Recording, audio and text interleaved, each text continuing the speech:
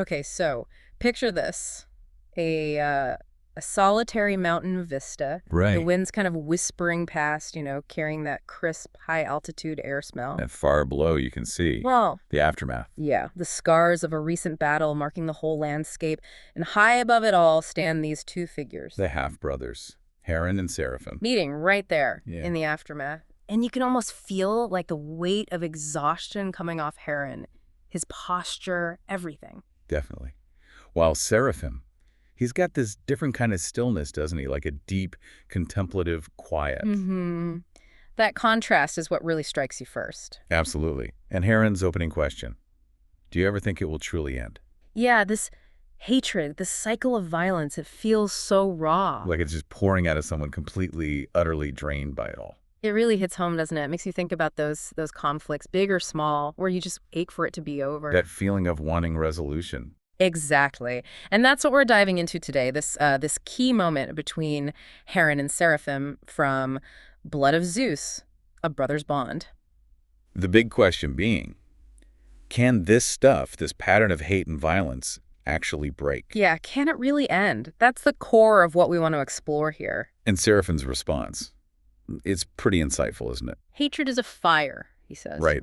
It could be stoked or it can be left to burn itself out. What matters is who tends the flame. Wow, that metaphor, the agency in it. It's powerful. It really forces you to think, okay, is this conflict just some inevitable thing, or are people, individuals, maybe bigger forces, actively keeping it going? Who's tending the flame?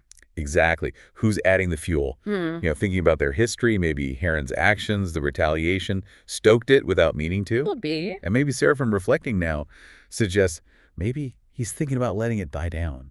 But then you think bigger. Like political talk or societal biases? Yeah, they could act like fuel too, right? Mm. Well, things like empathy, we're trying to talk. Mm-hmm. So it's like trying to take the fuel away. Makes you really question who's adding fuel, maybe without even realizing it sometimes. Mm-hmm. But then Seraphim adds that twist. That trying to put it out can actually make it worse? Fan the embers? Yeah, which says a lot about how tricky conflict resolution can be. Sometimes, trying to fix things can backfire. It's complicated. Very. And what's really fascinating here is the shift in Seraphim himself, this whole tone. Right. It's so philosophical. Not exactly the impulsive guy we remember from before. Not at all.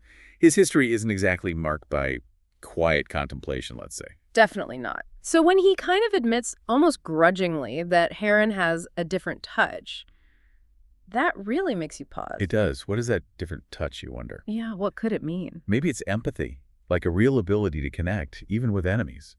Or maybe it's just a different way of dealing with conflict altogether, not just defaulting to violence. And Heron's reaction is interesting, too. He's surprised, almost like me. I am hardly a beacon of peace. I've spilled my share of blood. He's not pretending. No, he owns his part in it, which makes what Seraphim says next even more impactful. But not without regret. That is the difference. That hits hard. You carry the weight of your choices. Yeah. It shapes you rather than consumes you. So regret isn't just a feeling, it's something that can change you, a catalyst. Potentially. It raises that whole question about growth, right? Can admitting the harm you've caused actually be the first step onto a different path? Breaking the cycle. And Heron sees it. He notices Seraphim has changed. He points it out, and Seraphim's reply. It sounds like it comes from some really tough experience. The world changes you, Heron, or it breaks you. I have been reforged in the fires of what I've done. That reforging idea, it's strong. What do you think got reforged? Well, given how impulsive he was, maybe his decision-making, he's thinking more now, not just reacting. Or maybe the pain itself reforged his empathy, seeing the human cost. Could be both. Yeah. It feels like a deep shift in how he understands himself and his impact on the world. And then he says something incredibly raw. Oh, yeah. The admission about the screams. There are times when I still hear their screams. The faces of those I ended, they haunt me. That's just, wow, so vulnerable. This isn't the one-dimensional bad guy anymore. Not at all. This is someone wrestling with the psychological weight of violence, the burden of it. It's a profoundly human moment. And Heron's response, it's simple but powerful. You're not alone. I hear them too. And suddenly there's this unexpected connection, a shared burden born from the same conflict. That shared trauma. It highlights something crucial, doesn't it?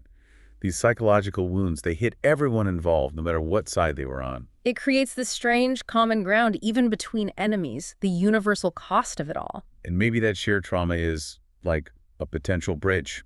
Fragile, maybe, but still a bridge. Which leads right into Seraphim's final, really pivotal lines. We are what we are, Heron. Born of gods and mortals, capable of both great destruction and, perhaps, great healing. He just lays it out there, their duality, their capacity for both extremes, the good and the bad, side by side. And you almost sense it, right? That little flicker of hope in his eyes. Yeah, like even after everything, all the destruction maybe. Yeah.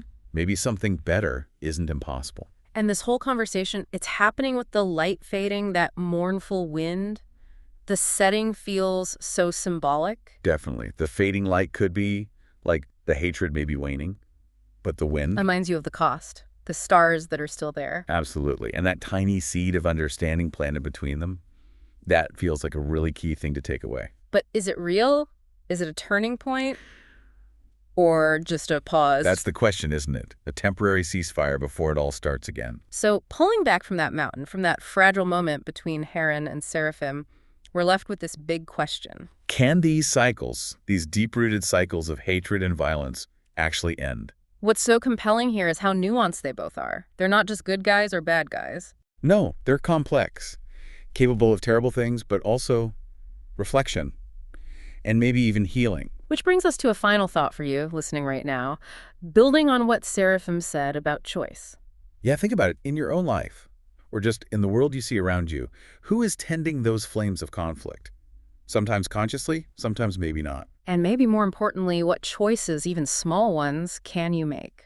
Choices that don't feed the fire, but instead cultivate understanding, foster healing. It really makes you consider the weight of your own choices, doesn't it? And how they might, just might, help break some of those negative cycles we